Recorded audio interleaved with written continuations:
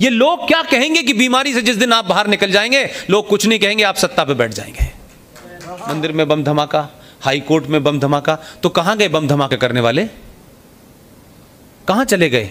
5 साल में हुआ इसलिए कि उनको पता चल गया है कि जो हिंदू हनुमान मंदिर पे पूजा कर रहा है, इसके दिमाग में तो हनुमान जी हैं लेकिन आंखें मेरी तरफ हैं इसकी, इसलिए बम नहीं रखा जाएगा। अब ये मानिए कि पाकिस्तान बहुत बड़ा चुनौती नहीं है आपके लिए, बहुत छोटा सा मुल्क है।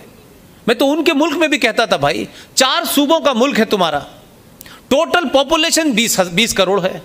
मैंने कहा मूर्ख हो, तुम्हारे पास आर्मी है, इतनी दुनिया जमाने का तुम तामझाम करते हो यार। हमारे यहाँ एक आदमी गोरखपुर से उठा, कपड़े भी एक ही सुबह से बदलता नहीं है, पूरा उत्तर प्रदेश चलाता है, यहाँ भी 20 करोड़ लोग हैं। तुम क्या मुल्क चला रहे हो यार? हमारे यहाँ एक सूबे का मुख्यमंत्री तुम्हारे मुल्क के बराबर के लोगों को सुबह से शाम तक चलाता है और कोई फर्क नहीं पड़ने वाला। क्या बात? किस गलतफहमी के शिकार हो तुम? हम मुल्क चला रहे हैं, मुल्क चला रहे हैं, क्या मुल्क चला रहे हो यार? तुम्हारे मुल्क के अंदर पिछले 70 साल में तुम ना तो अल्लाह के सामने आंखें उठा के बात कर सकते हो, और तुमने 70 साल में पाकिस्तान में क्या किया? पाकिस्तान में आज ये स्थिति है कि 70 साल में सबसे पहले जब आज़ाद तथाकथित तौर पे जब देश बटा था, तो पाकिस्तान की टोटल ब्यूरोक्रेसी के अंदर जो सबसे ज़्यादा एलीट लोग थे वो भी मुसलमान थे, लेकिन वो सर्टिफिकेट नहीं इशू हो रहा था पाकिस्तान से कि ये मुसलमान हैं।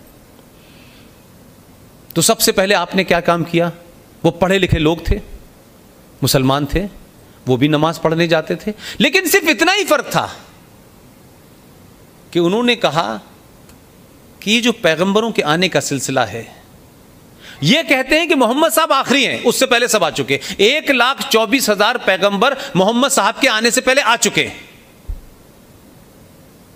तो उससे पहले तो इस्लाम था नहीं, तो पैगंबर कहां थे, कौन कौन से थे?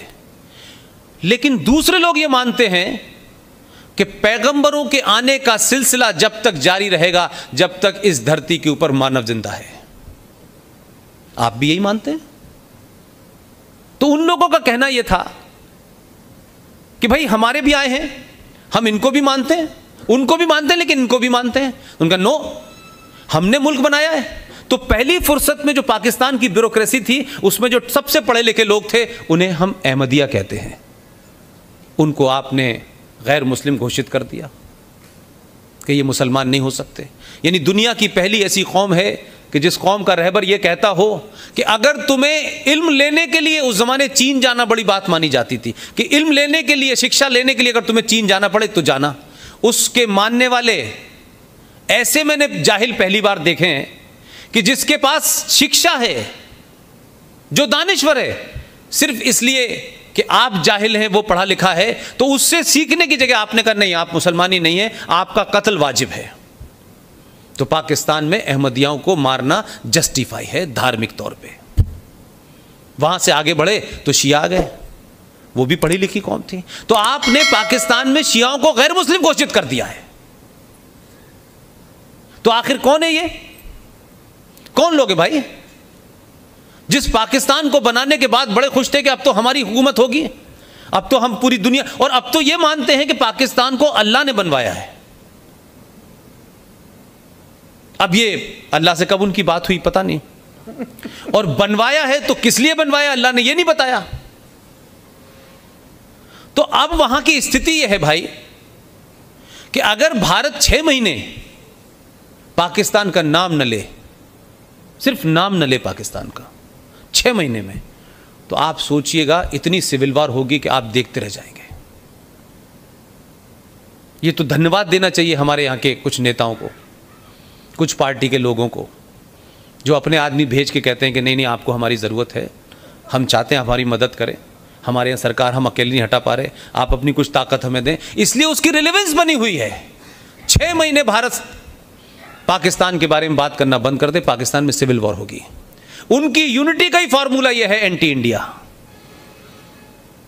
कि हिंदुस्तान की नफरत पे वो खड़ा हुआ है। और हिंदुस्तान से नफरत तभी तक है जब तक सत्ता पे मोदी है। जिस दिन मोहम्मद अफजल साहब बैठ जाएंगे ये नफरत खत्म हो जाएगी। क्योंकि कुलदीप नैयर दुनिया के बेहतरीन पत्रकार, बहुत सारा आपका पॉइंट ऑफ ओपिनियन हो सकता है उनसे, उनकी किताब पढ़ लीजिए, मैंने उनके साथ काम किया है काफी लंबे समय तक। अपनी किताब में कह के गए पाकिस्तान के अंदर एक बहुत बड़ी तादाद में जो इलीट है पाकिस्तान का, और भारत के अंदर एक पॉलिटिकल इलीट है हमारे यहाँ जो सिर्फ ये सोचता है कि 700 साल की गुलामी के बाद मुगल जब यहाँ मौजूद थे तो भारत की अपर कास्ट ने अंग्रेज़ों के साथ सांठ-गांठ करके जो हुकूमत मुगलों से हमें मिलनी चाहिए थी वो अंग्रेज़ों ने हिंदुओं को दे दी है। लिहाजा ये लड़ाई उस वक्त तक जारी रहेगी जब तक हम ये हुकूमत नहीं ले लेंगे। इस सोच के लोग पाकिस्तान में हैं, ये कुलदीप नैयर अपनी किताब में लिख के गए हैं। बोले सोनिहार।